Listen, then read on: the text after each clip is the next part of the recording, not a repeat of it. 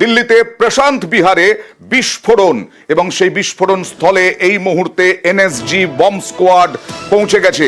বিস্ফোরণ স্থল যথেষ্ট সতর্ক নিরাপত্তা বাহিনী।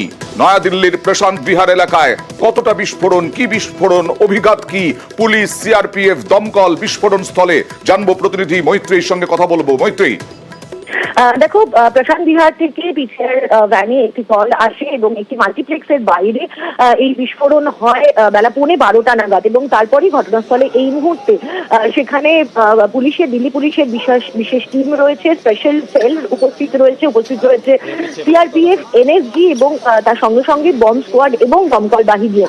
তবে এখনো পর্যন্ত যেটা জানা যাচ্ছে যে গভীরতে ঠিক 1 মাসের আগে যে ব্লাস্ট হয়েছিল সেরকমই কোনো লো ইন্টেন্সিটি ব্লাস্ট হয়ে থাকতে পারে। তবে কি ধরনের ব্লাস্ট সেটা খতিয়ে দেখা হচ্ছে, যদিও ঘটনায় এখনো পর্যন্ত কারোর হতাহত হওয়ার দুই প্রত্যক্ষদর্শী তারা কি বলছেন, তাদের কি অভিজ্ঞতা? क्या हुआ, काफी तेज ब्लास्ट हुआ। हम ऑफिस में सारे मतलब जितने भी बैठे थे, क्लाइंट भी बैठे थे, तो उस दौरान तो बहुत कंपन हुई ऑफिस के अंदर, हिल गया पूरा ऑफिस।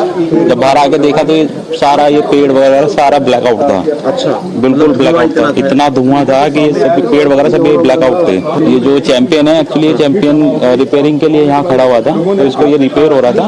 इसमें इनफैक्ट एक व्यक्ति भी बैठा हुआ था जिसको हल्की फुल्की चोट आई है, उसको सरकारी हॉस्पिटल लेके गए। मुझे कहीं जाना था, मैं तैयार होने के लिए निकल ही रही थी, एकदम से बड़े जोर के धमाके की आवाज आई और बाहर निकल के देखा तो चारों तरफ धुआं ही धुआं था, लोग इकट्ठा हो गए थे और छत भी इतनी बुरी तरीके से हिली थी कि जैसे कोई बहुत ही बड़ा ब्लास्ट हुआ। কাফি তেজ বিস্ফোট হুয়া থা এইরকমই বলছেন মৈত্রী প্রত্যক্ষদর্শীরা। কোথায় হলো? প্রশান্ত বিহারের কোন জায়গায় হয়েছে? কোনো গাড়িতে হয়েছে বা অন্য কোথাও? দেখো, প্রশান্ত বিহারের একটি মাল্টিপ্লেক্সের বাইরে বিস্ফোরণ হয়েছে বলে এখনো পর্যন্ত আমরা পুলিশ সূত্রে জানতে পেরেছি এবং বিস্ফোরণে কি ব্যবহার করা হয়েছে, বিস্ফোরক তা কি জানা যাচ্ছে? সেগুলো কিন্তু এই মুহূর্তে সেগুলো অ্যানালিসিস করা হচ্ছে এবং কিছুক্ষণের মধ্যেই ফরেন্সিক টিমও সেখানে এসে পৌঁছাবে। তারা নমুনা সংগ্রহ করবেন এবং যদিও এখনো পর্যন্ত যেটুকু দিল্লি পুলিশের স্পেশাল সেল সূত্রে জানানো হয়েছে যে এটি লো ইন্টেন্সিটি ব্লাস্ট ছিল এবং তবে কি ধরনের বিস্ফোরক ব্যবহার করা হয়েছে সেই সবকিছু খতিয়ে দেখা হচ্ছে। বেশ।